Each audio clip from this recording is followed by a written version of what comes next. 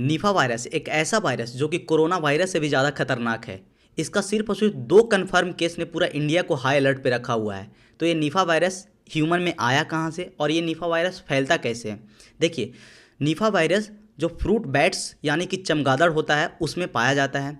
अगर जो वो चमगादड़ कोई फल खाता है और वही फल कोई ह्यूमन खा ले तो उस ह्यूमन में निफा वायरस आ जाता है। इसका इनिशियल सिम्टम्स क्या क्या है? बहुत तेज़ बुखार लगना, खांसी होना, सर दर्द देना और बॉडी पेन होना। इस निफा वायरस का ट्रीटमेंट क्या है? अभी तक निफा वायरस को कोई भी वैक्सीन नहीं बना है। इसका फैटेलिटी रेट बहुत ही ज़्यादा हाई होता है, 75% फैटेलिटी रेट है। मतलब कि अगर जो 4 आदमी को निफा वायरस हो गया है तो उसमें 3 की मौत पक्की है। तो इसका वैक्सीन बनाने का भी कोई फ़ायदा नहीं है।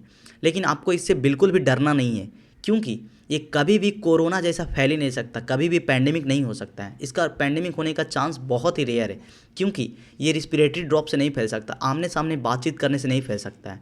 इसका फैलने का मेनली 3 कारण है। ये खून से फैल सकता है, थूक से फैल सकता है और पेशाब से फैल सकता है। यही 3 चीज़ से फैल सकता है। तो निफा वायरस होने का सबसे ज़्यादा चांस जो है वो डॉक्टर में और नर्स में है, क्योंकि यही दोनों जो है वो एक पेशेंट के साथ डायरेक्ट कांटेक्ट में होते हैं। तो इस निफा वायरस से बचे कैसे? इसका प्रिकॉशन क्या है?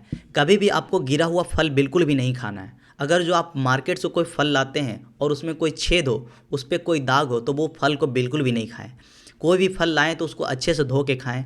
खाना खाने से पहले 1 मिनट तक अच्छे से हैंड वॉश करके ही खाएं। और सबसे इम्पॉर्टेंट, जो आदमी ताड़ी पीते हैं, पाम सैप पीते हैं, उनको अभी कम से कम 1 से 2 महीना ताड़ी नहीं पीना है। प्लीज़ ये हमेशा याद रखें। अगर जो ताड़ी पीने का ज़्यादा मन करे तो उसको गर्म कर ले, उसके बाद ही पिए। तो निफा वायरस से डरना नहीं है। Precaution is better than cure. Precaution करो और लाइफ को अच्छे से एंजॉय करो।